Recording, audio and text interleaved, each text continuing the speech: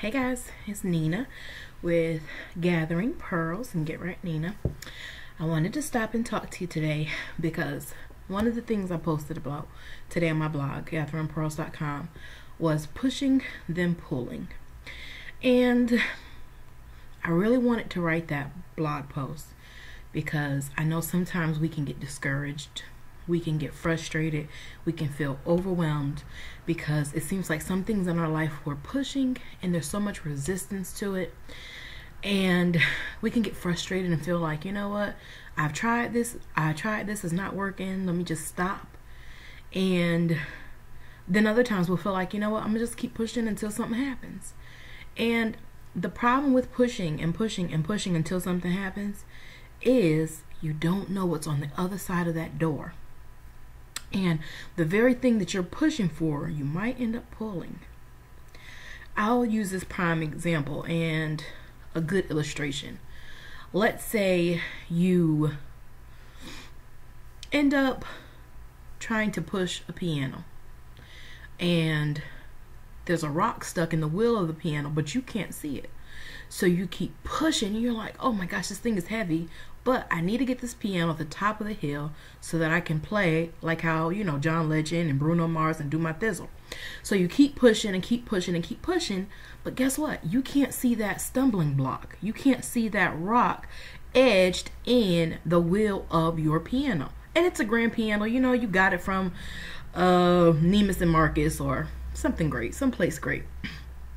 And you end up pushing until guess what happens? You hear a crack and a split. Yeah, you do. And you hear it in your grand piano, in the leg of all places. And you're calling around and you're getting frustrated because now it's going to cost you more to repair what the original price of the piano was just to carry it.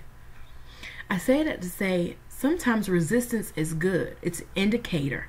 It's an indication that maybe that's not God's intention or desire for you. I'll give you another example, and this is actually a true life situation. I had come from being divorced, and I just never really was single. You know, I always just felt like a man was meant to have a wife, and a woman was meant to be a man's helpmeet and a wife. And that's good and dandy, and that's true. But it's okay also to be blessed with the gift of singleness. Singleness allows you to prepare to be the best you. It allows you to deal with insecurities, to heal from past hurts and pains. It allows you just to give your best so that you're not a liability, you're an asset, and you can contribute the best of you ever. It's such a beautiful and sexy and glamorous thing. It really is. But it took me years to learn that, because when I came from being divorced, I felt like, what the heck just happened?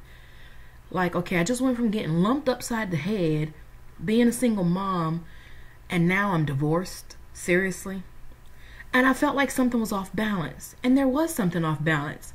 But God was trying to use that season and time of my life to recover and to restore that balance. But instead, like I said with that piano, not seeing the stumbling block, I pushed and I pushed and pushed. And I ended up getting with someone. Now, this person is awesome, but unfortunately life has just chewed him up, spit him out. He was broken and hurt. Two broken, hurt people does not make one whole. Okay? I'm just telling you the truth. So we ended up hurting each other so much and breaking each other so much because we hadn't had our chance and time to recover. Had we not kept pushing the resistance and the red flags and everything that we felt that was so uncomfortable, we could have really had our time to heal, to recover, to build personal character, to have personal development, to reach some goals and admirations, and then we would be ready to be together. So what ended up happening was what? A failed relationship. I'm actually going through finishing the residue of that now in my life. And so I'm not telling you anything that I haven't been through. I'm telling you exactly what I know to be true. So the next time you experience a little bit of resistance, I'm not saying quit or throw in the towel. Seek God. Because some resistance is a challenge that you need to overcome. Some resistance is you stepping out on faith and saying, you know what, God, is this your resistance? Or is this is this an evil resistance? There's a difference. An evil resistance hinders you from what God has for you. A God resistance protects you. And that's what's hard for us to recognize the difference. Sometimes we get so frustrated with God and so frustrated with life because we're thinking that good resistance is evil. And then we also sometimes do something and have to deal with the mess that we created because we think the bad resistance was good. Humans. I just wanted to stop by and share that with you. If you're going through trying to find a job and it's not working, if you're going through, trying to be in this relationship or trying to get him to put a ring on it, or if you're going through being with this woman who constantly wants money from you, or just whatever it is you're dealing with, don't always take resistance as evil, but don't always take it as good either. Weigh it out and see. And if that resistance, knowing the red flags, knowing everything that it may weigh in your life and cause the drama and the pain, might be worth letting it go. Just let that piano roll down the hill and smash, because obviously it wasn't meant for you to carry it to the top.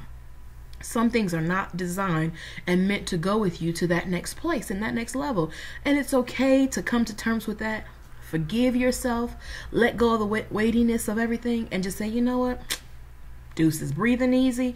I'm going to do this again. And this time I'm carry and travel light. I hope this is an encouragement for you. You can check out the blog post. It's gatheringpearls.com. I think /pushing and then pulling. Or you can just check the link out below. Guys, thank you so much and be blessed. I'm really praying for you because we're all in this together. God did not design us to be alone. He created a family for himself and you need to be a part of it. Take care.